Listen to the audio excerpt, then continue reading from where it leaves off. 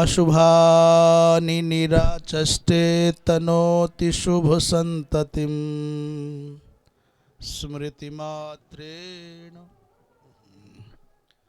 अशुभानि निराचष्टे तनोति शुभ संततिं स्मृतिमात्रेण यत्पुंसां ब्रह्मतन् परमं विदुः। अति कल्याण रूपत्वात् नित्यं कल्याण संश्रयात् स्मर्तॄणां वरदत्वाच्च ब्रह्मतन् परमं विदुः।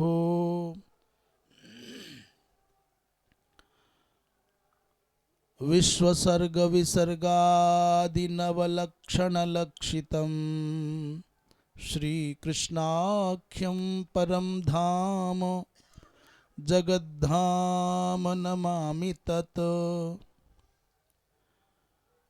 वागीशाद्याः सुमनसः सर्वार्थानामुपक्रमे यन्नत्वा कृतकृत्याः स्युस्तन्नमामि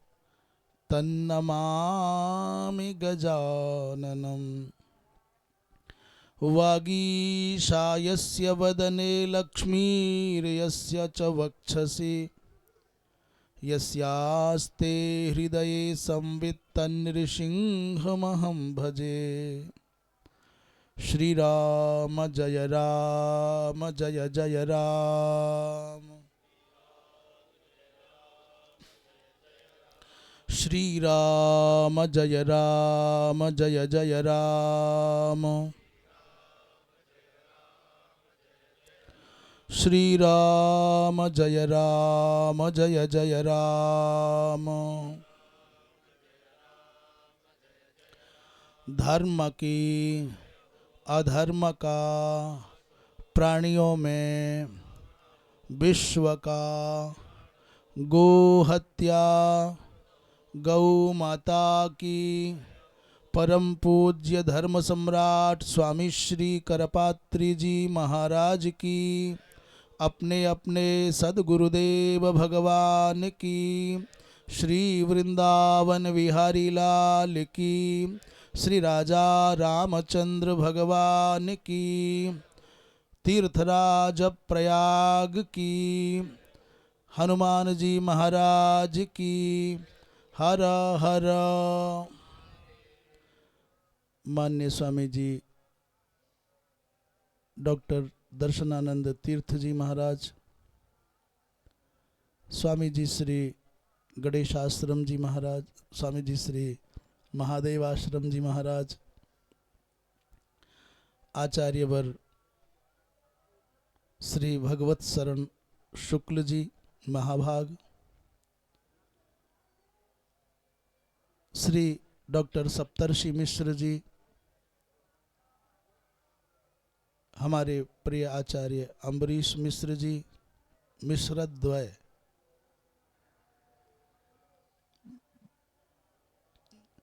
काशी से पधारे व्यास जी, अन्य समुपस्थित सभी शास्त्र निष्ठा संपन्न महानुभाव, श्रीमद् भागवत का श्रीधरी टीका समन्वित जो स्वाध्याय क्रम चल रहा है, इसमें आज तृतीय स्कंद के 27वें अध्याय से ये क्रम आरंभ होगा।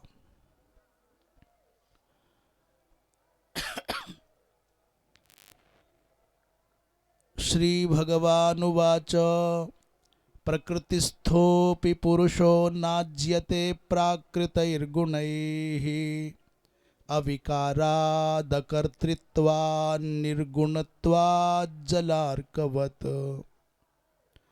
भगवान कपिल माता देवहूति को संबोधित करते हुए कहते हैं कि हे माँ, जलार्कवत् प्रकृतिस्थः अपि पुरुषः। प्रकृति में प्रकृति से संबद्ध रहता हुआ भी, प्रकृति में स्थित रहता हुआ भी, ये जो पुरुष का तात्पर्य है आत्मसत्ता से, बोले ये प्राकृत गुणों से नाज्यते, प्राकृतिर गुणैर नाज्यते माने सत्व हो, रज हो अथवा तमोगुण हो इत्यादि गुणों के प्रभावों से प्रभावित नहीं होता। ये कह सकते हैं संलिप्त नहीं होता। कहते कारण क्या है? कारण बताते हैं, पहला हेतु दे रहे हैं, बोले अविकारात, वो अविकारी है। दूसरा हेतु दे रहे हैं, माने अविकारी माने निर्विकार है। दूसरा हेतु दे रहे हैं, बोले अकर्तृत्वात्, चूंकि अविकारी है और निर्गुणत्वात् माने निर्गुण भी है, और जब निर्गुण है और अविकारी है तो सिद्ध हो गया, सुतराम सिद्ध हो गया कि अकर्तृत्व भी उसमें है। ये बात कहने के बाद दृष्टांत दे रहे हैं, कैसे, ऐसा कैसे संभव है कि प्रकृति के गुणों में अवस्थित रहने पर भी, प्रकृति के गुणों में अवस्थित रहने पर भी प्रकृति के गुणों से संलिप्त नहीं होते। तो तीन हेतु दे दिए, अकर्तृत्वात्, अविकारात् और तीसरा निर्गुणत्वात्। तो कैसे? उत्तर देते हैं, यथा जलार्कवत माने यथा जले, जल में सूर्य का प्रतिबिंब पड़ता है। एकोपि भानो हो, एक होने पर भी सूर्य जलगत भासित प्रतिबिंबों के कारण अनेकधा प्रतीत होता है, और तो भी उस जल से उसका कोई संबंध नहीं होता, दिखता है उसमें। जैसे अनेक पात्रों में भरे हुए जल में आप आकाशवर्ती सूर्य के प्रतिबिंब को देखते हैं तो लगता है ये भी सूर्य है, ये भी सूर्य है, ये भी सूर्य है, ये भी सूर्य है। तो जैसे जल में प्रतिबिंब के रूप में भासित होते हुए सूर्य का जल की शीतलता से और जल की आर्द्रता से कोई संबंध नहीं होता, ठीक वैसे ही कह रहे हैं कि प्रकृति में सन्निहित रहने पर भी इस पुरुष का, इस चेतन सत्ता का कोई उसके साथ संबंध नहीं होता है। श्रीधर स्वामी का स्वभाव है कि जिस अध्याय का वो निरूपण करते हैं, आरंभ करते हैं, तो अध्यायगत विषय वस्तु का वो एक श्लोक में संक्षिप्त निरूपण करते हैं। यहाँ श्रीधर स्वामी कहते हैं, सप्तविंशे ततः सम्यक बहुसाधन योगतः पुम प्रकृत्योर विवेकेन मोक्ष रीतिर निरूप्यते। सप्तविंशे माने 27वें अध्याय में बहुसाधन योगतः ऐसा कहा। बहुसाधन योगतः, तो बहुसाधन योगतः का तात्पर्य, इसमें बहुसाधन योगतः के साथ में एक चीज जोड़ दी, बोले सम्यक। बहुसाधन का तात्पर्य भक्ति है, विरक्ति है, उसका उल्लेख आगे आएगा। पुम और माने पुरुष और प्रकृति का विवेक हो जाने पर उसके द्वारा मोक्ष की प्राप्ति होती है। इस समग्र पद्धति का निरूपण होगा। मोक्ष रीतिर निरूप्यते, इस 27वें अध्याय में ये समग्र विषय वस्तु है। इसके बाद प्रथम श्लोक की टीका करते हुए श्रीधर स्वामी पाद कह रहे हैं, विवेक ज्ञानेन मोक्षम उपपादयितुम शुद्धस्यैव पुरुषस्य प्रकृत्य विवेकतः, अर्थात प्रकृति अविवेकतः पूर्वोक्तम संसारम अनुस्मारयति। 3 श्लोकों के द्वारा ये प्रकरण स्पष्ट होगा। क्या कह रहे हैं? बोले अभी तक क्या हुआ?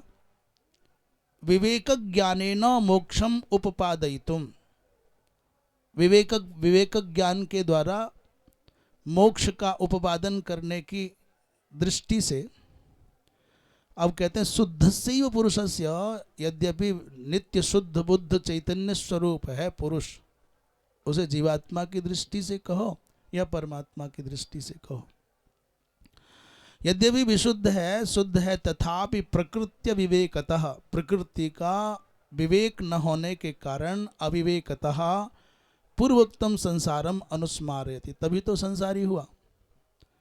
प्रकृति का विवेक न होने के कारण ही तो अहंकर्ता, अहम भोक्ता इत्याकारक उसको भ्रम हुआ और उसको संसार की यात्रा पर आना पड़ा। बोले पूर्वोक्तम संसारम अनुस्मारयति, पूर्वोक्त संसार का अनुस्मरण करा रहे हैं। वो कौन से श्लोक से आरंभ हो रही यात्रा? बोले प्रकृति स्थोपी, पहले श्लोक का आरंभ कर रहे हैं। ये 3 श्लोकों से इस बात का निरूपण करेंगे। कहते देहस्थोपी नाज्यते, शरीर में रहते हुए भी वह चेतन सत्ता, वो परम पुरुष, उसे जीवात्मा कहो या परमात्मा कहो, नाज्यते न लिप्यते, शरीर में रहने पर भी शरीर के धर्मों से वो लिप्त नहीं होता। गुणैः तत्कृतैः सुख दुखादिभिः, गुणों से लिप्त नहीं होता। तो गुण ऐसा क्या है? बोले इसका अर्थ ये लगावें, गुणकृत जो सुख और दुख है, गुणकृत जो आनुकूल्य और प्रातिकूल्य है, बोले तैः न लिप्यते, उनसे लिप्त नहीं होता है। क्यों? बोले निर्गुणत्वात्, निर्गुण होने के कारण गुणों का उस पर प्रभाव नहीं होता, और गुणजन्य जो सुख दुख आदि है उनका भी प्रभाव नहीं होता है। दूसरा कहते हैं अकर्तृत्वंच, यतो ही तस्मिन् पुरुषे, तस्मिन् जीवात्मनि व परमात्मनि व आत्मनि व, उस चेतना में, चेतन सत्ता में अकर्तृत्व भी है और ततः अविकारित्वंच, अविकारित्व भी है, इसलिए प्रकृति के गुणों का कोई प्रभाव नहीं पड़ता है। श्रीधर स्वामी ने यहाँ जलार्कवत इसका कोई निरूपण नहीं किया। ऐसा लगा होगा कि बहुत सहज और सरल और स्वाभाविक बात है, सबकी समझ में आने योग्य बात है, इसलिए व्याख्या नहीं की। परंतु यदि समझना हो तो ऐसे समझो, किसी रचनाकार ने साधारण लोक भाषा में एक रचना रची। कहता हम जग में रहें तो ऐसे रहें जैसे जल में कमल का फूल रहे। हम जग में रहें तो ऐसे रहें जैसे जल में कमल का। और ये आश्चर्य की बात है, इस बात को स्पष्ट करते हैं। तो सामान्यतया देखिए, कमल के पुष्प की तो बात छोड़िए, कमल की जो बेल है उसका पत्ता जल में ही रहता है पूरा, कमल का फूल तो ऊपर रहता है। पर उस पत्ते को भी आप जल से निकालोगे तो एक बूंद पानी की नहीं रुकती है। साधारण बेल की बात कर रहे हैं, जिस बेल पर वो फूल लगा है, और कमल के फूल को पानी में डुबाओ तो सारा का सारा पानी एक पल में झड़ जाता है। अच्छा, ये बात भी समझ में नहीं आती हो, नहीं कुछ तो आर्द्रता रहती है गीला हो जाने पर, कुछ ना कुछ तो तरलता रहती होगी, तो दूसरा ले लो। जल में रहने पर भी जल के धर्म से प्रभावित नहीं होता। माने जिस जल में कमल का फूल खिलता है वो जल कीचड़ से युक्त होता है, माने प्राय पीने और स्नान करने योग्य वो जल नहीं होता होगा। तो उसमें कोई दुर्गंध होती होगी, कोई ना कोई इसमें कुरूपता होती होगी। जिस करदम में कमल खिलता है वो करदम कुरूप भी है, और माने ना तो उसमें सौंदर्य है और ना ही सौगंध्य है। आश्चर्य ये है कि ऐसे सौंदर्य रहित और सौगंध्य रहित अपनी प्रादुर्भाव भूमि से निकल करके आ रहा है, तो अभी कमल का फूल सुंदर भी है और सुगंधित भी है। तो हमको ये अधिक उदाहरण समीचीन लगता है कि जैसे कमल का पुष्प कीचड़ में खिलने पर भी कीचड़ की कुरूपता और कीचड़ की दुर्गंध से विमुक्त रहता है, ठीक वैसे ही समझ लेना चाहिए।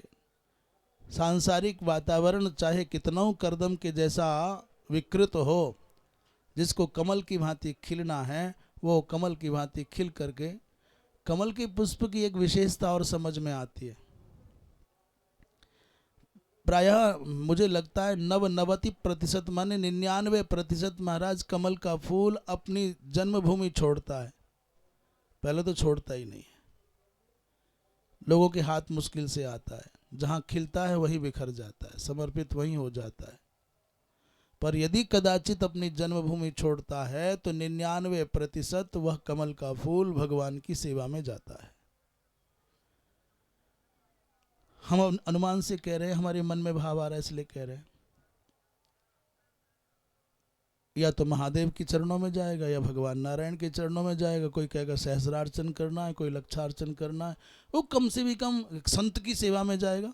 पर किसी नेता के गले में हमने आज तक या कमल का फूल पकड़ के किसी ने कहा हो कि ये आज का एक साल भर का एक स्पेशल दिन है, ले।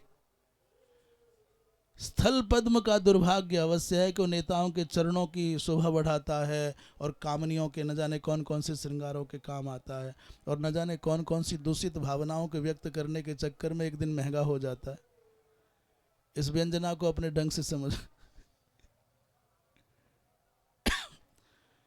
गुलाब का फूल हो, कोई दूसरे हो, वो और श्रृंगारों में और संसार के काम में आएंगे। कमल का फूल तो उसका वैशिष्ट यही है कि जहाँ वो खिला वहाँ के दुष्प्रभाव से उसने अपने आप को निर्लिप्त रखा। ऐसे ही महापुरुष रागत द्वेषात्मक संसार में ही जीते हैं, वहीं जन्मते हैं, तो भी रागत द्वेष से विनिर्मुक्त होकर के अपनी यात्रा पर बढ़ जाते हैं। और जो रागत द्वेष रहित होते हैं वही भगवान के चरणों तक पहुंच पाते हैं। नारायण। तो पहले श्लोक की चर्चा करते हुए यहाँ जलार्कवत की व्याख्या नहीं की, परंतु वंशीधर जी महाराज ने थोड़ा सा उदाहरण दिया है। वंशीधर जी कहते हैं शुद्धस्यैव माने ततो विराडंतर्यामित्वेन परमात्मा विवेचनानंतरम, ततो का अर्थ कर रहे हैं परमात्मा की विवेचना करने के बाद।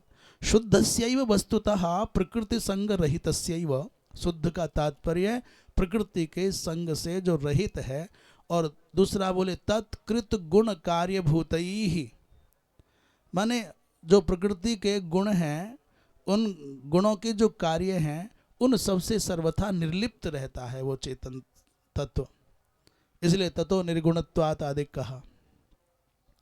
ये जो जलार्कवत कहा है तो यह जलार्क दृष्टांते न, जल में अर्क की प्रतीति होना, भाषित होना, इस दृष्टांत से कहते हैं दर्पण मुख दृष्टांतो लक्ष्य। ऐसा ही समझ लीजिए जैसे दर्पण में आप स्वयं को देखते हैं तो आपका मुख है बिंब और दर्पण में जो दिख रहा है वो है प्रतिबिंब। आकाश में भाषित होने वाला, आकाश में दिखने वाला जो भानुमंडल है वो है बिंब, और जल में जो भाषित हो रहा है वो है प्रतिबिंब। तो तद्वत दर्पण मुख दृष्टांतो लक्ष्य, तस्मात् स्वमुखस्य दर्पण दोष लिप्तत्ववत्। अभी कोई कहता था कि हम जिंदगी भर एक ही गलती करते रहे, हम जीवन भर एक ही त्रुटि, एक ही भूल दोहराते रहे। बोले धूल लगी थी चेहरे पर और हम शीशा साफ क्या कहते हैं, आईना, आईना कह लो, शीशा कह लो, दर्पण कह लो, आदर्श कहो, बोले हम उसी को साफ करते रहे। जिंदगी भर एक ही भूल करते रहे और धूल चेहरे पे थी और हम शीशा साफ करते रहे, ऐसा कहते हैं। ये कह रहे हैं दर्पण दोष लिप्तत्ववत् तल्लिप्तत्वेन मिथ्यैवाभिमानं कुरुते। जी स्वामी। चलो दूसरे श्लोक में चलते हैं। सा एषा यर्हि प्रकृतेर्गुणेष्वभिविषज्जते अहं क्रिया विमूढ़ात्मा कर्तास्मीत्यभिमन्यते। दूसरे श्लोक में कह रहे हैं कि सा माने वही, सा एषा माने वही, यह कौन, जिस पुरुष की बात कर रहे हैं, जिस आत्मा की बात कर रहे हैं। यर्हि माने यदा प्रकृते है गुणेषु, प्रकृति के गुणों में अहंक्रिया माने अपने कर्तृत्व के अहंकार से, विमूढ़ात्मा माने विमूढ़ चित्त हो जाता है, तो अभिविषज्जते माने उसमें अत्यंत संलिप्त हो जाता है। और जब अभिविषज्जते तदा बोले कर्ता हम इति अभिमन्यते, उसके मन में ये ले मैं करने वाला हूँ, कर्तृत्व का भाव सुदृढ़ हो जाता है, ऐसा मानने लगता है। पर कब करता है, बोले विमूढ़ात्मा यदा भवति तदैव। यदि विमूढ़ात्मा न हो तो कभी भी कर्तृत्व का ये ऐसा रोग है जो लगता प्राय सबको है, पर पकड़ में किसी किसी के आता है।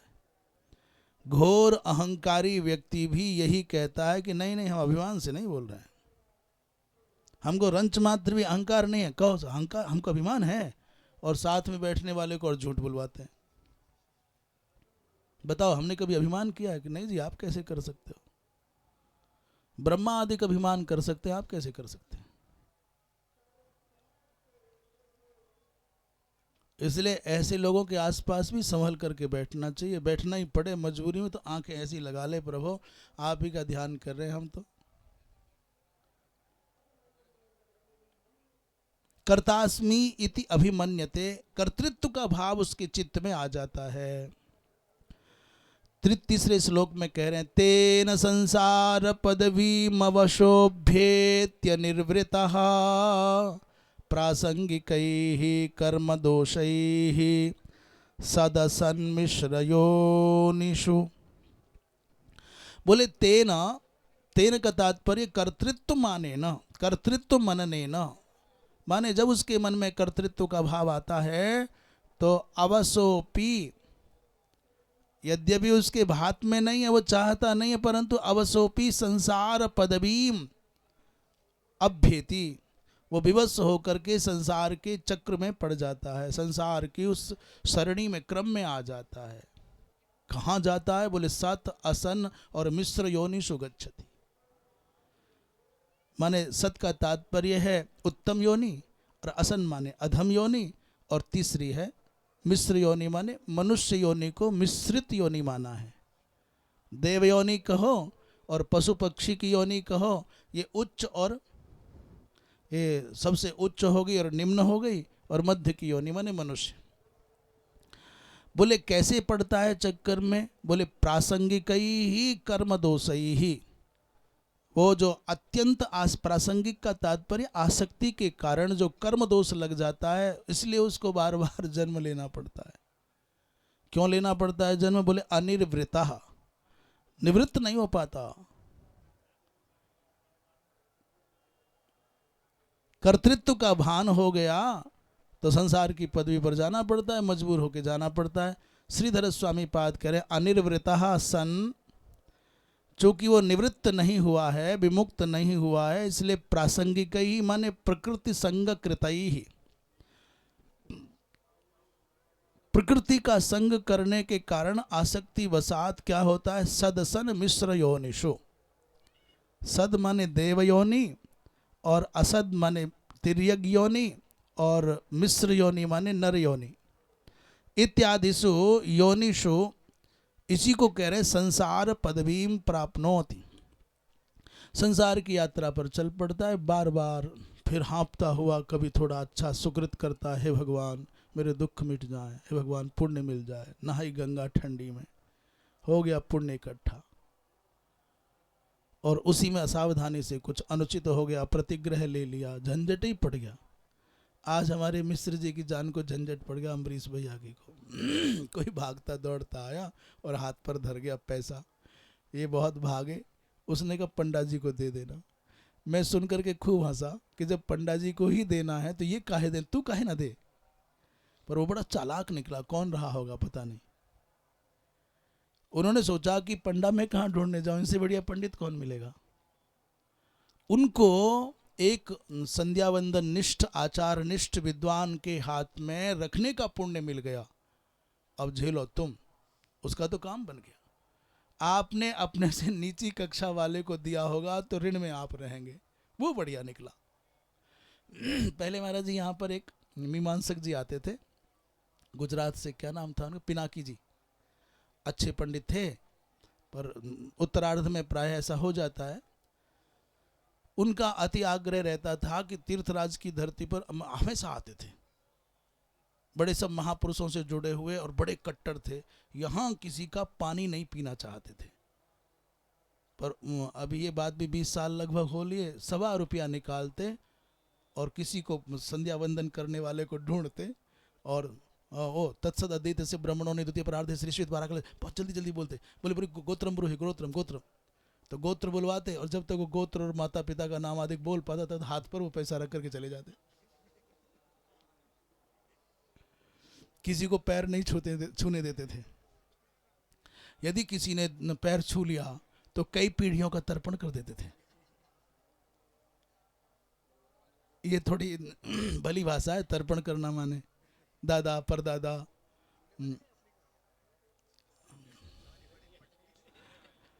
कभी आचार्य जी क्या होता, कभी कभी जैसे कोई नया आया है और ऐसी कक्षा के हैं जिनसे रस लिया जा सकता है, तो कह दो बहुत उच्च कोटि के महापुरुष हैं, जाओ प्रणाम करोगे तो जीवन धन्य हो जाएगा, सब पाप यहीं कट जाएंगे।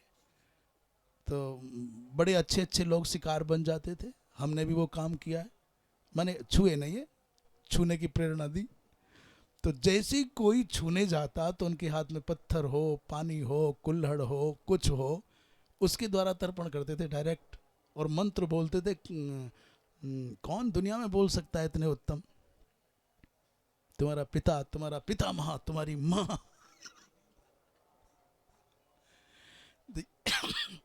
पता नहीं चलता कि कब हमसे अनायास कुछ अनुचित हो गया, क्योंकि सत और असत के, विधि और निषेध के, धर्म और अधर्म के, पुण्य और अपुण्य के विषय में हमें नहीं पता चलता। इतना सूक्ष्म विज्ञान है कर्म विज्ञान। बस सावधान रहे, जो अनुभवी और आचारनिष्ठ महापुरुष हैं उनकी सन्निधि में रह करके आचार का अवलोकन करें। अकेले ग्रंथों से काम नहीं बनेगा।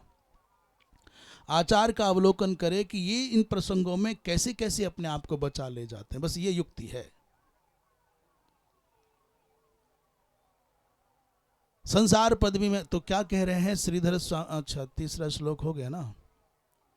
अनिर्वृतः सन प्रासंगिक ही प्रकृति संग कृत ही गुण ही सदसन मिश्र योनिषु माने देव तिर्यंग नरादिषु संसार पदवीम प्राप्नोति। संसार की यात्रा में फंस जाता है।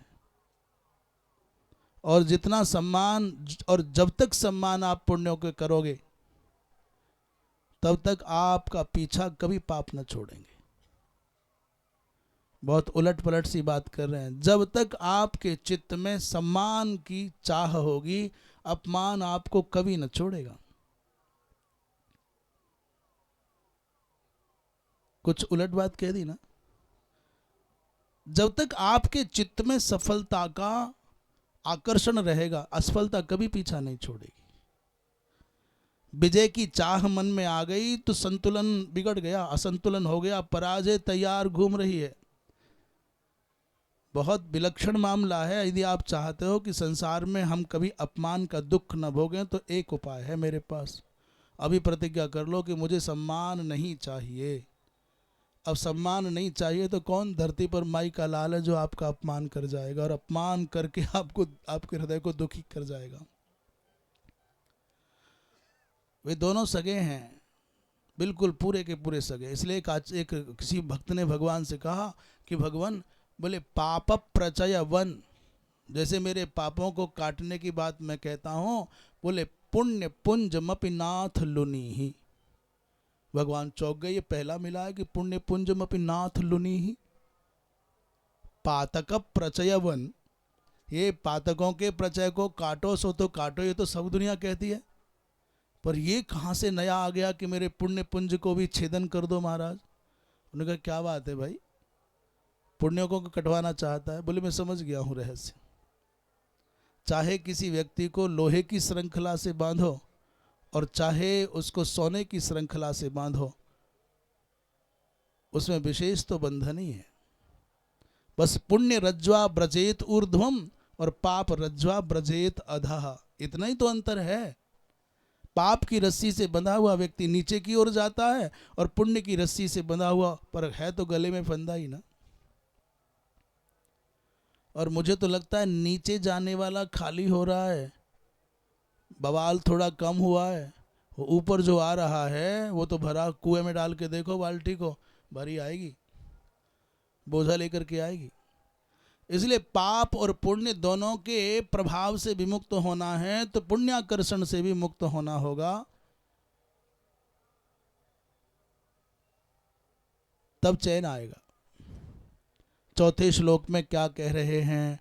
अर्थे ह्यविद्यमानेऽपि संसृतिर्न निवर्तते, ध्यायतो विषयानस्य स्वप्ने नर्थागमो यथा। बोले वस्तुतः है नहीं कुछ भी माँ।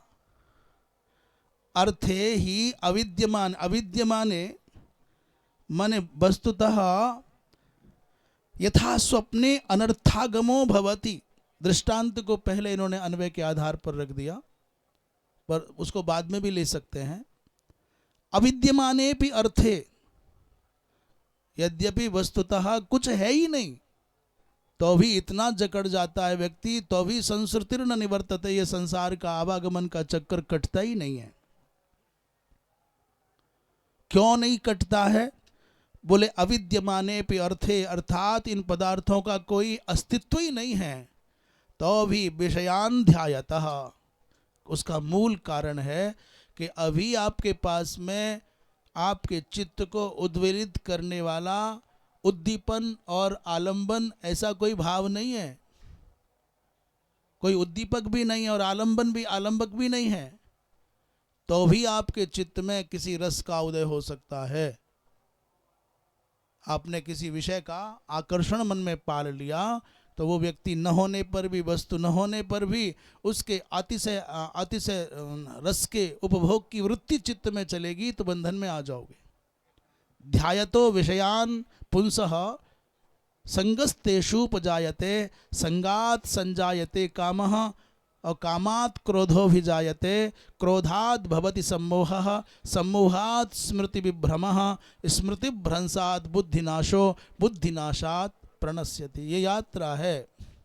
यदि आप अपना नाश चाहते हो, बोले हाँ, तो बोले हम रास्ता बता देते, एक हम आपको एक जगह बिठा देते हैं, बाकी तो चक्र में घूम जाओगे। क्या? बोले विषयों का ध्यान करो। किसी मांसल सुंदर जो तुम्हारे चित्त को सुख देने वाला शरीर है, उसकी परिकल्पना करने लग जा बेटा। यहाँ बैठ करके सोना अच्छा लगता है, उसकी परिकल्पना करने लग जाओ। स्वर्ग अच्छा लगता है, उसकी कल्पना में खो जाओ। बस अपने बाकी काम हो जाएगा। विषयों का ध्यान किया, कह रहे नाश नहीं चाहते ना, कि नहीं चाहते तो बस एक काम करो, विषयों का ध्यान मत कर लेना, अब बच जाओगे। पर जितना कहना सरल है उतना होना सरल नहीं है। पर एक ऐसी यात्रा है कि आपने विषयों का ध्यान किया तो फिर ये होगा ही, उनमें आसक्ति हो जाएगी। मन दृढ़ता से कहेगा चाहिए, संगस्तेषु उपजायते, और संगा संजायते कामा, कामात, फिर जब नहीं मिलेगा तो गुस्सा आवेगा। अचानक बालक आक्रोश में भर गया है, परिवार में कोई सदस्य अकारण ही बहुत चिड़चिड़ा हो रहा है, तो समझ लेना कुछ न कुछ उसके मन के विपरीत हो रहा है, या जो उसने चाहा है वो नहीं हो रहा है।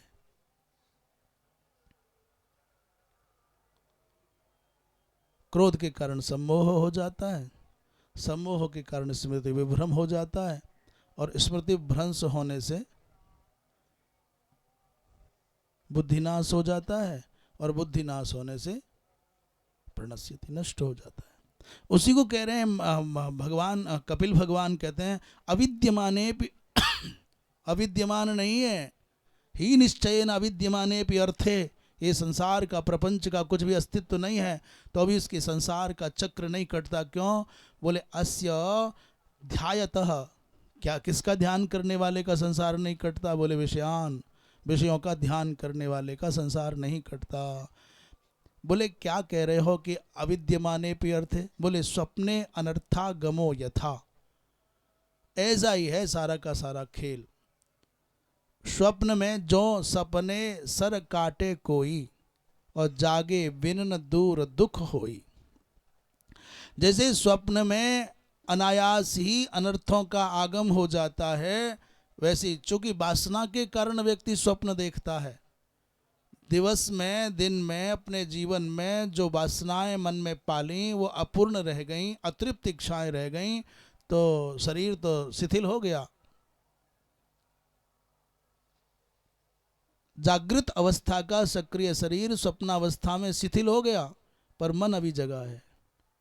जब तक मन नहीं सोवेगा तब तक सुसुप्ति नहीं आवेगी। स्थूल शरीर का विश्रांति में जाना, परंतु सूक्ष्म शरीर का जागृत रहना, ये स्वप्नावस्था है। और स्वप्न सूक्ष्म शरीर भी विश्रांति में चला जाए तो सुषुप्ति की अवस्था है। इसलिए जिस रात्रि में व्यक्ति सोता बहुत लंबे समय तक है पर स्वप्न अधिक देखता है, तो उसको सवेरे आप पूछोगे कैसा रहा, बोले आज चैन नहीं आया, थोड़ी थकान है, थोड़ा सुख नहीं, क्या हुआ, बोले सपने में रात गई है।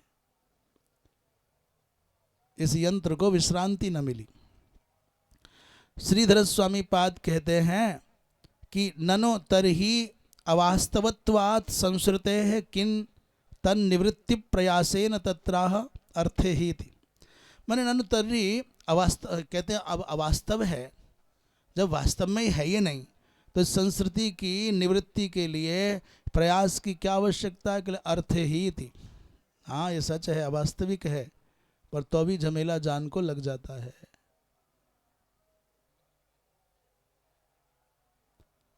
श्री बंशीधर जी महाराज क्या कहते हैं, देखते हैं।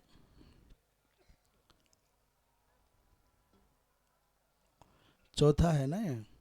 कहते हैं कि अर्थे कर्म रूपे अर्थे, अर्थ का तात्पर्य कर्म रूपे अर्थे, वस्तुतः आत्मनः अकर्तृत्वात् असत्यपि, आत्मा तो अकर्ता है, तो जब अकर्ता है तो उसके द्वारा कौन सा कर्म संपन्न होगा, नहीं ना होगा।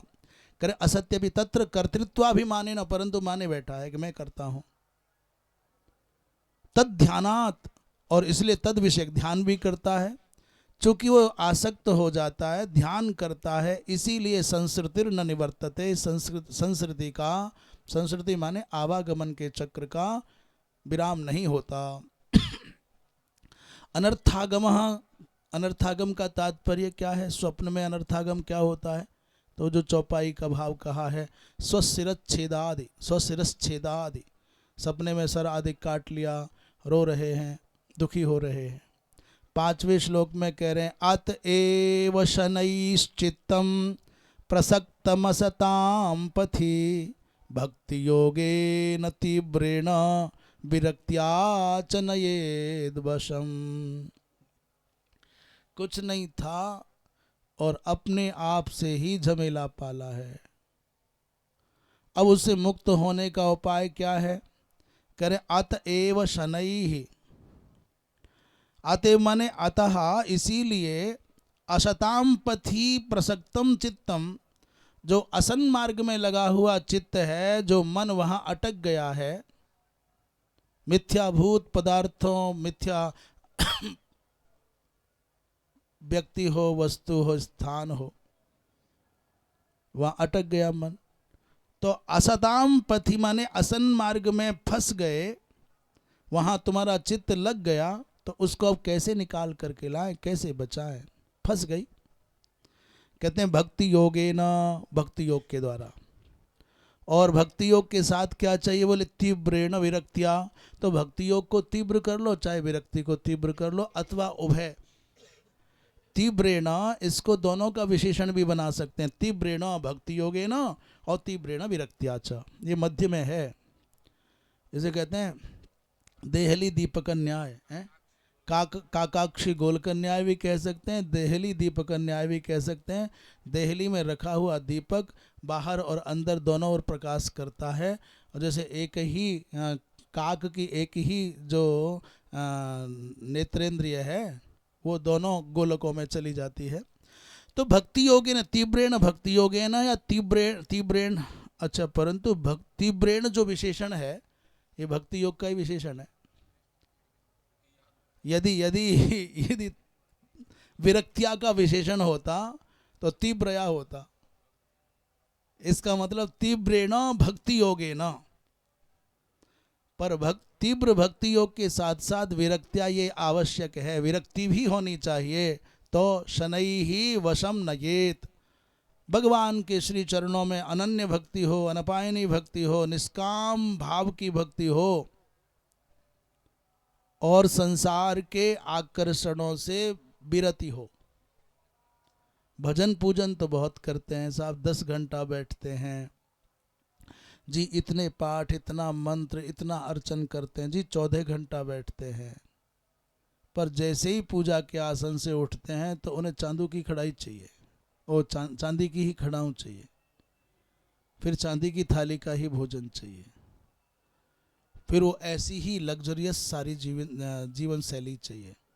एसी नहीं चलता है तो पूजा में मन नहीं लगता है, इसका मतलब भक्ति तो है पर विरक्ति नहीं है।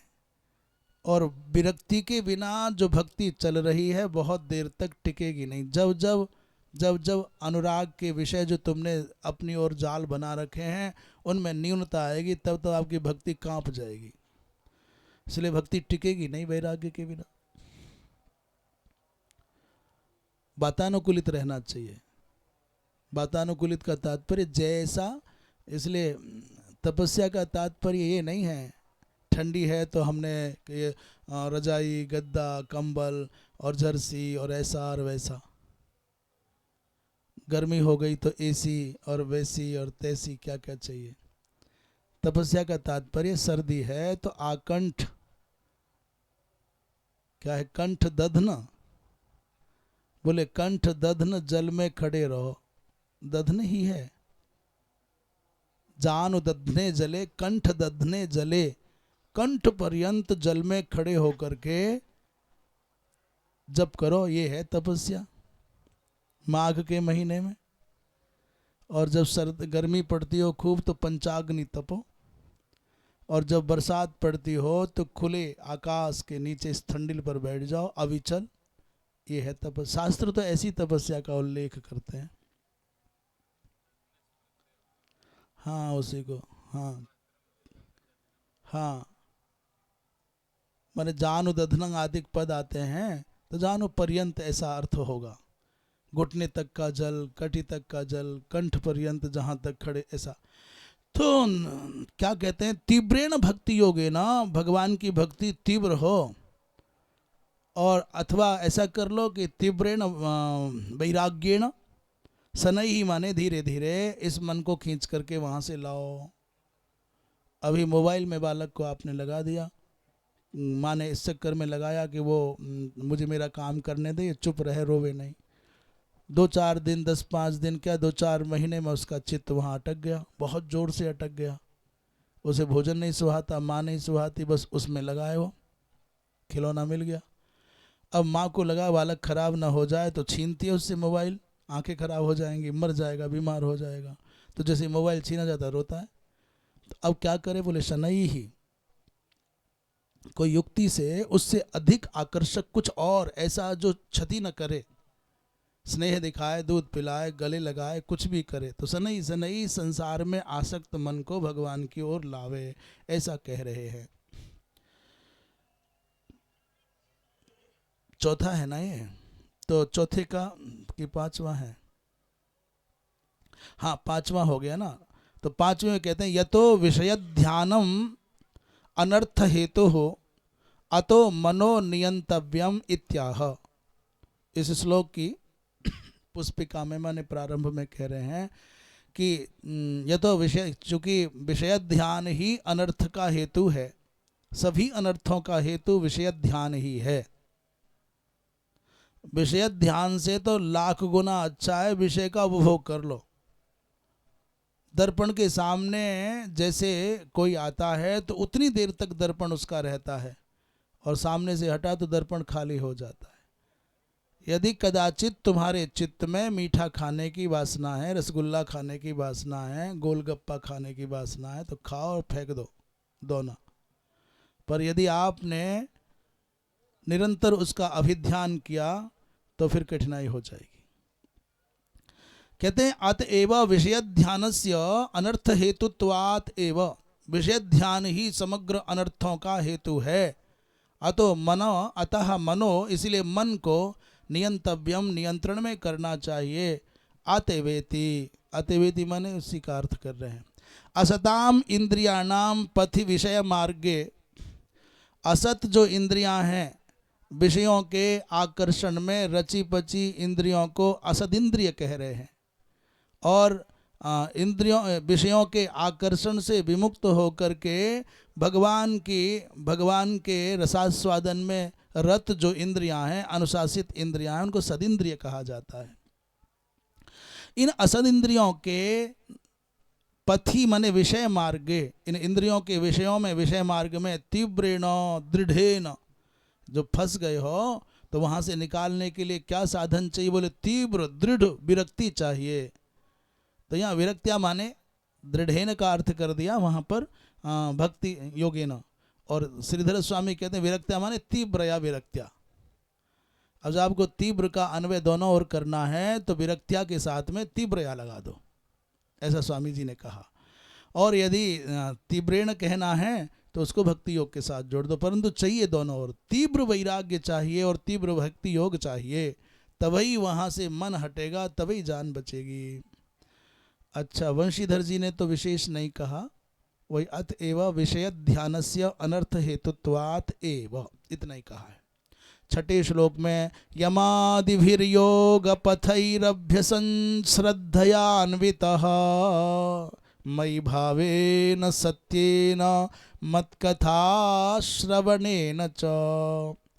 क्या है तीव्र भक्ति योग में आरूढ़ होने का उपाय? क्या है? तीव्र वैराग्य आवेगा, उसका साधन क्या है? उस साधन की ओर संकेत कर रहे हैं। यमादिभिर बोले श्रद्धान्वित होकर के, यमादिभिर माने यम नियम आदि का आश्रय ले, और योग पथई माने योग के जो साधन हैं उनका आश्रय ले, उनका अभ्यसन माने अभ्यास करते हुए। परंतु पहली आवश्यकता है श्रद्धा। श्रद्धा के बिना बात नहीं बनेगी। जब तक आपकी किसी महापुरुष में, किसी साधन में, किसी मंत्र में, हम ऐसा समझते हैं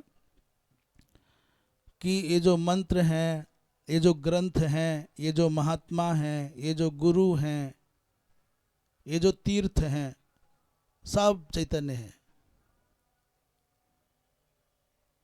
आप ये मत समझो कि मंत्रों में शक्ति नहीं, गुरु में शक्ति नहीं, मूर्ति में शक्ति नहीं, मंत्र में शक्ति नहीं, तीर्थ में शक्ति नहीं, सब में शक्ति है। और ये अपूर्व शक्ति के स्रोत हैं, कल्याण करने के लिए उद्यत हैं। पर एक कल्याण सबका क्यों नहीं करते? पक्षपात करते हैं? बोले नहीं नहीं, ऐसा नहीं। जो व्यक्ति विश्वास की अग्नि में श्रद्धा की अनवरत आहुति अर्पण करता है, उसी के लिए मंत्र चिन्मय होकर के, चैतन्य होकर के उपकारक हो जाता है। पर तुम्हारे पड़ोस में बैठे हुए व्यक्ति ने अपने चित्त में विश्वास की अग्नि न जलाई और श्रद्धा की उसमें आहुतियां न दी, मंत्र क्या करेगा? तुम अग्नि के पास बैठो, तुम्हारा शीत भाग जाएगा, वो दूर बैठा नहीं भागेगा। अब लड़ो कि ये तो अग्नि पक्षपात करता है, साहब उसको तो ठंडी नहीं लग रही है, वो तो नहीं कांप रहा है, मैं तो कांप रहा हूं, तो तुम्हारा दोष है। इसलिए निरंतर अनवरत विश्वासाग्नि में श्रद्धाहुति दी जाएगी, तो मंत्र हो, तीर्थ हो, गुरु हो, मूर्ति हो, ये सब तुम्हारे उपकारक हो जाएंगे। कल्याण होगा, होगा माने होगा। प्रायः महात्माओं के बहुत समीप रहने वाले लोग अश्रद्धालु हो जाते हैं। अश्रद्धालु होने का कारण है कोई मानवोचित त्रुटियां होंगी। किसी को थोड़ा बहुत क्रोध आता होगा, किसी को थोड़ा बहुत अहंकार होगा, किसी को थोड़ा बहुत काम का प्रभाव होगा, किसी के चित्त में लोभ की बहुत धारा होगी। और जो आसपास का वातावरण है वो चाहता है कि तो पत्थर की मूर्ति बने, भगवान बने, विशुद्ध, तभी श्रद्धा करो। तुम बोले हम तो संसारी जी हैं।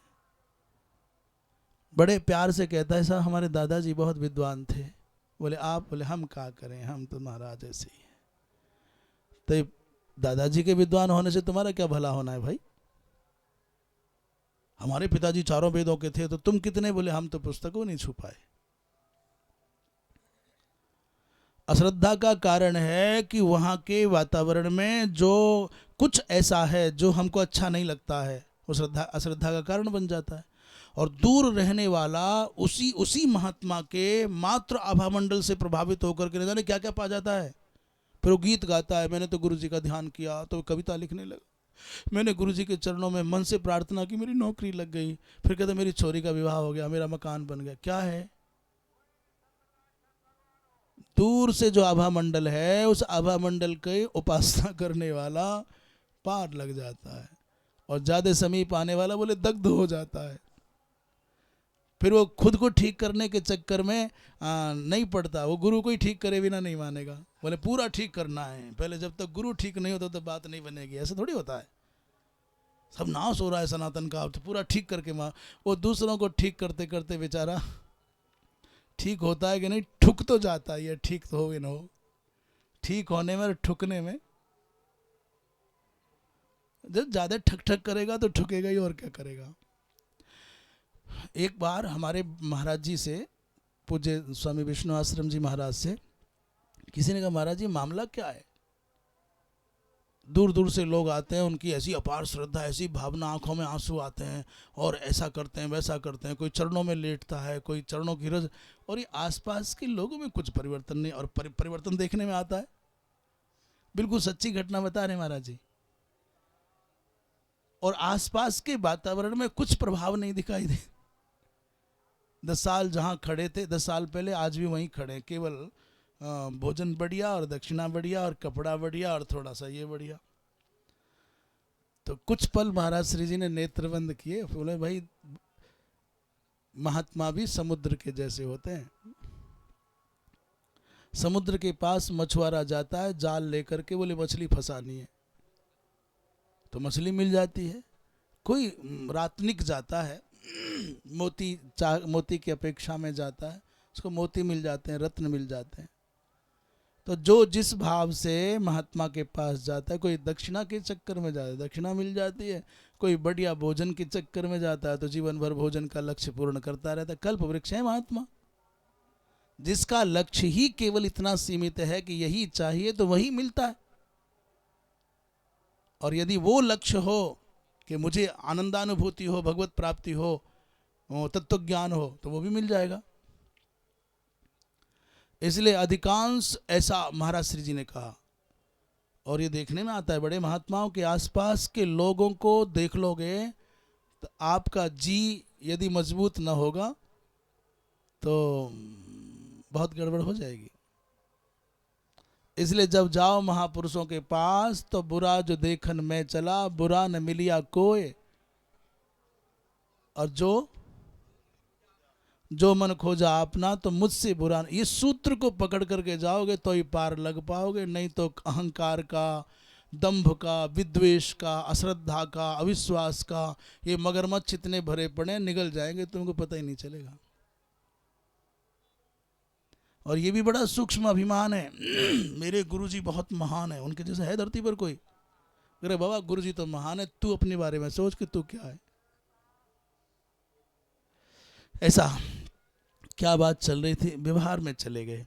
बोलिए वृंदावन बिहारी लाल की।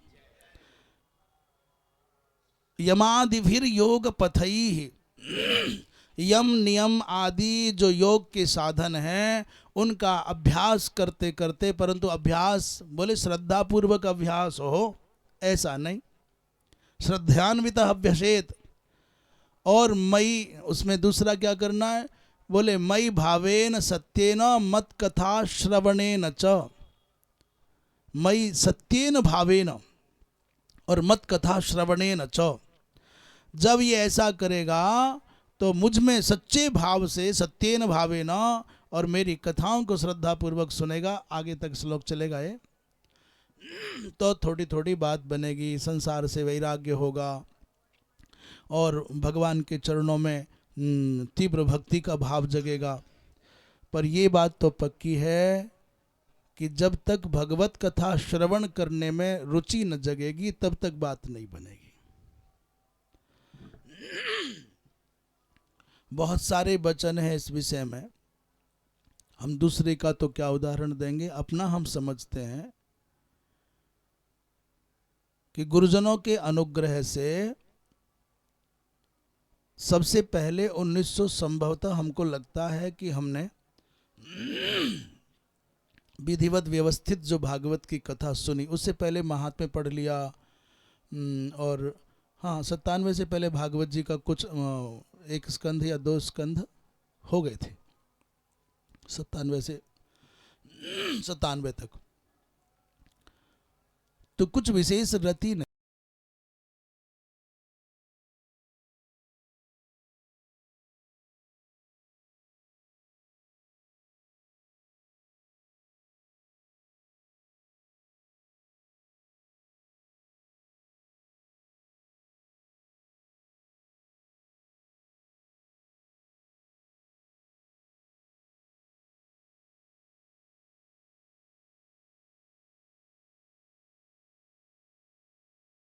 कैसे कहा जा सकता है कौन किसमें सामर्थ्य है कि, परंतु हमको ये पता है कि पूज्य महाराज श्री ने जब हमको पहली बार भागवत की ओर प्रेरित किया या जबरदस्ती पकड़ करके लगाया, उससे पहले न जाने अखबार पढ़ने की कितनी रुचि थी, न जाने दूसरी कहानी की पुस्तकें पढ़ने की कितनी रुचि थी, न जाने उपन्यास आदि पढ़ने की कितनी रुचि थी। हम उसकी उस रुचि की गहराई नहीं बता सकते। 1997 के बाद में थोड़ा बहुत कभी जीवन में अखबार का आकर्षण रहा, पर वो धीरे धीरे अखबार का आकर्षण चला गया, कहानियों की पुस्तकों का आकर्षण चला गया, और उपन्यास तो उसके बाद में हाथ में ही नहीं आया। केवल संस्कृत के 2-3 उपन्यास जो निकले थे, नए नए सार्थ या कौन कौन थे, वो तो पढ़े, अन्यथा नहीं पढ़ा। उसके कुछ कुछ संस्कार अभी भी शेष रह जाते हैं। तो कभी मोबाइल आदि पर कोई कहानी आ जाती है तो वो हंस करके मन कहता है अच्छा पुरानी पुरानी जो वासनाएं वो जग रही है, उसे पढ़ लेते हैं।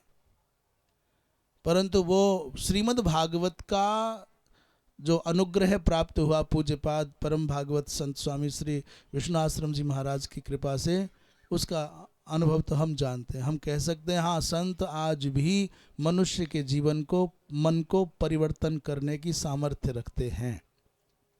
आज भी ऐसा मत कहो कि पुराणों वाला ही मामला है, केवल यहाँ नहीं है।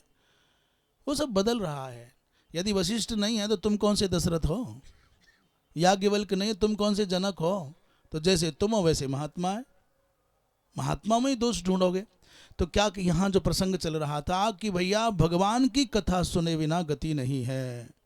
मत कथा श्रवणेन, मेरी कथा सुने, पर कैसे सुने, बोले श्रद्धयान्वितः, श्रद्धा पूर्वक सुने, और मई सत्येन भावेन, माने मुझ में सत्य भाव रखते हुए सुने। और साथ में केवल कथा ही मात्र की बात नहीं कर रहे हैं कि कथा सुनी बड़ी अच्छी लगी, क्या लगी बोले पता नहीं, बोले है जरा वो चटनी में आज ठीक नहीं था, सब्जी ठीक नहीं थी। कथा सुनने गए बद्रीनाथ और सब्जी में नमक ढूंढ रहे हैं। बोले यम आदि भी योग पथैरभ्यसन, यम नियम आदि योग पथ का अभ्यास करते हुए भगवत कथा सुने, अर्थात जीवन में संयम हो, अनुशासन हो। श्रीधर स्वामी कह रहे हैं 6ठे श्लोक में, भक्ति विरक्त्योस् तीव्रत्वे कारणानि वर्णयन् ज्ञानेन मोक्ष प्रकारम आह षड्भी। 6 श्लोकों से इस मोक्ष के प्रकार का वर्णन करेंगे कि ज्ञान के द्वारा मोक्ष कैसे प्राप्त होता है। उससे पहले करें भक्ति और विरक्ति, इन दोनों के तीव्रत्व में हेतु क्या है, ऐसा क्या करें जिससे कि आपकी भक्ति तीव्र हो और आपके चित्त में विरक्ति का तीव्र प्रभाव आए। भक्ति माने है भगवान से प्रेम करना, और वैराग्य है संसार से विरत होना। ऐसा नहीं हो केले विरक्ति का तात्पर्य वस्त्र बदल लिए फिर लौट लौट करके घर झांकने लग जाए, ये वैराग्य नहीं है। करे अपने घर का ही नाम धर लिया आश्रम, और घर में रहने वालों को बता दिया शिष्य भगत। बोले कहाँ जा रहे, बोले अपने आश्रम पर जा रहे हैं। किन से मिलोगे, बोले भक्तों के यहाँ, भक्तों का बड़ा आग्रह है, शिष्यों का बड़ा। ऐसा नहीं करना है सप्तर्षि जी महाराज, ऐसा नहीं भाई। हे लक्ष्मणपुराधीश, हाँ बोले अपने घर का नाम अपने मन में धर लिया। जैसे हम जगत गुरु के बारे में कहते हैं अपने चेले का नाम धर लो जगत, और जगत नामक शिष्य के हम गुरु हैं, इसलिए कह दो हम जगत गुरु हैं। तो अपने घर का नाम आश्रम नहीं धरना है, अपने बच्चों का और पत्नी आदि का नाम शिष्या और शिष्य और भगत नहीं धरना है, नहीं तो गड़बड़ हो जाएगा मामला। ऐसा मन में यदि शेष रह गया भाव, तो कभी कौन कहता है कौन सा आपको मुक्त कर देगा, कभी ना मुक्त होगा। और ऐसा जीवन जीने में तो और कठिनाई ये है कि जो थोड़ा बहुत पुण्य कमाया होगा वो पांव छुआ करके और गया गर्त में, प्रतिग्रह लेने से और जीवन गया नरक जैसा हो गया। इसलिए नहीं बहुत सावधान होकर के जीना होता है। तो क्या कह रहे हैं ये क्या श्रीधर स्वामी कहते हैं, भक्ति और विरक्ति के तीव्रत्व में हेतु क्या है, कारण क्या है, बोले उनका वर्णन करते हुए कह रहे हैं ज्ञान के द्वारा मोक्ष का कैसे साधन होगा। 6 श्लोकों से यमादिभिर योग मार्गई ही, यम नियम आसन प्राणायाम प्रत्याहार धारणा ध्यान समाधि भी योग मार्गई ही, चित्तम अभ्यसन निरंतर अभ्यास करते हुए पुनः पुनः एकाग्री कुर्वन। अभ्यास का तात्पर्य क्या है, पुनः पुनः एकाग्री कुर्वन, चित्त को बार बार एकाग्र करते हुए आत्मानम उपलभ्य आत्मानम उपलभ्य सर्वानुस्यूतमद्वयम परमात्मानम। सर्वानुस्यूत माने सर्वेषु अनुस्यूतम, जो सब में प्राणी मात्र में विद्यमान परमात्मा है, तम परमात्मानम प्रतिपद्यते इति षष्ठेन अन्वय। 6ठे श्लोक से यहाँ का अन्वय कह रहे हैं प्रतिपद्यते, परंतु होगा कैसे, बोले निरंतर। जैसे छोटा सा बालक प्रथम अवस्था में चलना सीखता है तो बार बार फिसलता है, डगमगाता है, कांपता है, गिरता है, पर एक दिन चलने लग जाता है। साइकिल चलाना सीखने वाला व्यक्ति साइकिल के साथ गिरता है, असंभव लगता है नहीं चलेगी, कैसे चल जाएगी। और तैरना सीखने वाले को तो लगता है असंभव असंभव असंभव, पानी के ऊपर इतना भारी शरीर कैसे रह सकता है। पर वो शरीर के संचलन का जो तारतम्य है उसके बाद वो रहना सीख जाता है, पर सहसा तो नहीं आता ना, डूब जाता है। और जब सीख जाता है तो बिना हाथ पैर हिलाए निश्चल जल के ऊपर अखंड शवासन करके रह सकता है, पद्मासन करके रह सकता है। एक अभ्यास ऐसा कर ले, श्वास के संतुलन को बना ले, तो फिर जल के ऊपर ऐसे रह सकता है जैसे बिस्तर पर सो रहा है। दोनों हाथ ऊपर दिखेंगे, तुम्हारा कहो पेट का कुछ हिस्सा भी ऊपर दिखेगा, तुम्हारे घुटने भी ऊपर दिखेंगे और तुम्हारे पंजे भी आधे आधे ऊपर दिखेंगे। ऐसा लगता है जैसे कि सो रहा है व्यक्ति जल के ऊपर। पद्मासन लगा के रह जाओ तो पद्मासन के सहित पूरा शरीर ऊपर दिखेगा। अभ्यास, इसलिए साधना भी कुछ नहीं है, साधना भी एक अभ्यास है। कहते साधना कर रहे हैं, साधना कर रहे हैं। क्या साधना कर रहे हैं, बोले एक बच्ची नट बालिका, नट किशोरी जैसे तार पर चलने का अभ्यास करती है, साधन करती है, वो साधना है तन का साधना। गिरेगा नहीं, उल्टेगी पलटेगी, नाचेगी कूदेगी, रस्सी झूलेगी, फिर भी नहीं गिरेगी। तो उसने तन को न गिरने देने का साधन किया है, अभ्यास किया है, वो उसके तन की साधना है। परंतु जो उपासना करता है वो अपने मन को साधने की उपासना करता है। रागत द्वेष के अनुकूलता प्रतिकूलता के असंख्य अवसर आवेंगे, पीड़ाएं होंगी, प्रहार होंगे, मैं मेरे मन को विचलित न होने दूंगा, कंपित न होने दूंगा, पतित न होने दूंगा।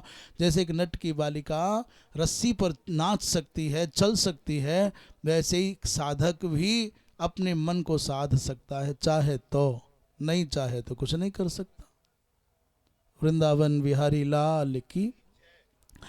तो बार बार अभ्यास करना है और सर्वानुस्यूत परमात्मा को प्राप्त हो जाता है। सत्येन अर्थात निष्कपटेन भावेन माने प्रेमणा। जब तक भगवान के श्री चरणों में निष्कपट भाव न होगा, माने प्रेम, भावेन माने प्रेमणा, प्रेम न होगा, तब तक बात न बनेगी।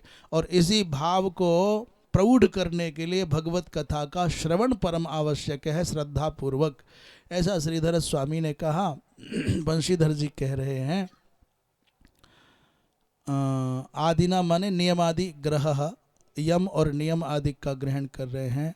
मई भावेन सत्येन अर्थात मदरूप नाम लीलादीनाम सत्यत्व दृष्टिया मेरे जो नाम है, मेरी जो लीला है, मेरा जो धाम है, मेरा जो रूप है, बोले उन सब में सत्यत्व भाव रहना चाहिए। तस्मिन माने परमात्मनि और तद धामनि, उनके धाम में अभेद बुद्धि हो। धाम और धामनी में अभेद बुद्धि होनी चाहिए। जिनका धाम है उसमें और जो धाम है उसमें, दोनों में अभेद बुद्धि हो। इसलिए मंदिर की देव प्रतिष्ठा के साथ साथ प्रासाद प्रतिष्ठा भी होती है। प्रासाद की भी देवत्व कल्पना होती है। तो कहते हैं मई सत्यो भाव, सत्यत्व भावना, तेन तो माया शवलित ब्रह्म दृष्टिया माया मैया यत्या असत्यत्व भावनया। सब क्या कहते हैं? कहते हैं त्वय्यस्त भावाद अविशुद्ध बुद्धयः, त्वय्यस्त भावात अविशुद्ध बुद्धयः। अर्थात जिस व्यक्ति का भगवान के चरणों में दिव्य भाव न होगा, समर्पण का भाव न होगा, उसका चित्त शुद्ध नहीं होगा, बुद्धि शुद्ध न होगी। इसलिए फिर आरोह्य कृच्छ्रेण परम पदम तथा पतन्त्यतो नादृतयुष्मदंघ्रयः। इसलिए चूंकि विशुद्ध बुद्धि नहीं हुई, विशुद्ध भाव न हुआ, तो ऊपर चढ़ने के बाद भी कृच्छ्रेण आरोह्य, बड़ी कठिनाई से ऊपर चढ़ने के बाद भी, स्वर्गादिक लोकों में जाने के बाद भी, तथा पतंती, वहां से गिर जाते हैं। इसलिए कहते हैं श्रद्धा सत्य भाव क्या, अवजानंती माम मूढ़ा मानुषीम तनुमाश्रितम। मूर्ख जो लोग हैं वो मुझको क्या मानते हैं? देह में आबद्ध मानते हैं। अवजानंती माम मूढ़ा, मेरा तिरस्कार करते हैं।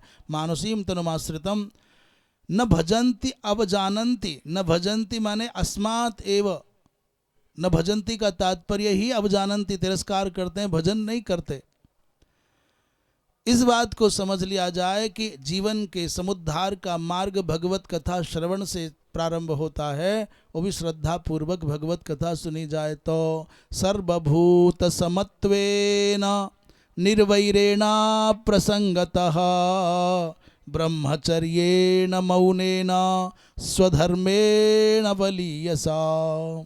एक एक गुण ऐसा है। सर्वभूत समत्वेन, सब प्राणियों में समता का भाव, बाह्य दृष्टि वाला, बहिरंग दृष्टि वाला, देहाध्यास वाला व्यक्ति कभी न कर पाएगा।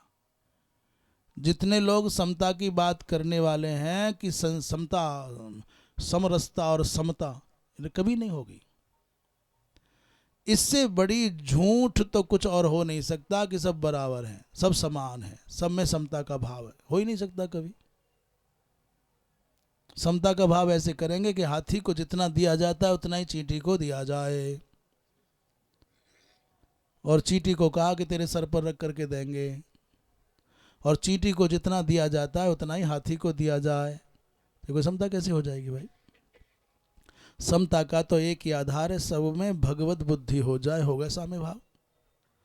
सर्वभूत समत्वेन और निर्वैरेण, वैर रहित हो जाए, किसी से भी विद्वेष ना करे, वैर ना पाले, अप्रसंगता, अनासक्त रहे, ब्रह्मचर्य का पालन करे, मौन रहे, और स्वधर्मेण बलीयसा, अपने स्वधर्म का पालन करे तो बात बने। आगे कहते हैं यदृच्छयोपलब्धेन संतुष्टो मित भुंग मुनिः विविक्त शरणः शांतो मैत्रः करुण आत्मवान। ये सारे गुण एक एक बहुत प्यारा है। इसकी व्याख्या आप कल ही करेंगे। क्या अप्रसंगता कहते हैं संगत त्यागेन बलीयसा ईश्वरे अर्पितेन, अर्थात धर्मेण, स्वधर्मेण। श्रीधर स्वामी की व्याख्या नहीं है, पर 7 श्लोक तक का ये अर्थ मान लें कि सर्वभूत समत्व हो, निर्वैरता हो, और अप्रसंगता माने संसार में अनासक्ति का भाव हो, ब्रह्मचर्य का पालन करने की वृत्ति हो, और मौन रहने का स्वभाव बने, दृढ़ स्वधर्म का पालन करने की आस्था हो, तो बात बने। शेष चर्चा अब कल करेंगे, क्योंकि आज विलंब से भी हुआ था और विलंब भी हो गया। श्री राम जय जय राम। श्री राम जय जय राम। वृंदावन बिहारी लाल की, राजा रामचंद्र भगवान की, हर हर। श्री हनुमान जी महाराज की, तीर्थराज प्रयाग की, हर हर।